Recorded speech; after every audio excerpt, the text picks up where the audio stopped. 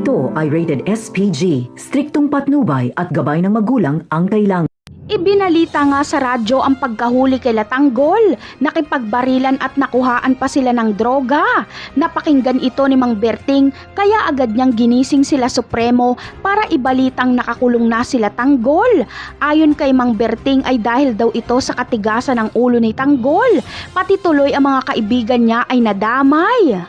Ikinagulat naman nila Supremo kung paanong nahulihan ng droga sila Tanggol. Samantala, napansin naman ni Supremo na wala na si Amanda. Umalis kasi si Amanda dahil nalaman niya ng pinatay ni Agustus ang kanyang kapatid. At kapag hindi siya magpakita kay Agustus, ay siguradong isusunod na ang kanyang mga magulang. Ngunit susundan nila Supremo si Amanda. Walang nagawa si Berting kundi sumama na lang basta magdoble ingat lang daw sila.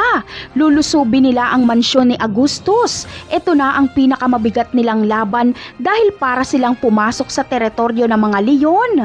Wala silang laban sa malalakas na armas nila Agustus, pero gagamitan ni Supremo ng utak para makalabas sila ng buhay. Sa tingin nyo, sa bakbakan kayang ito matatapos ang laban ni Supremo at Agustus? Sino kaya sa kanila ang matitirang buhay? Yan ang aabangan natin sa mga susunod na episode ng Batang Quiapo.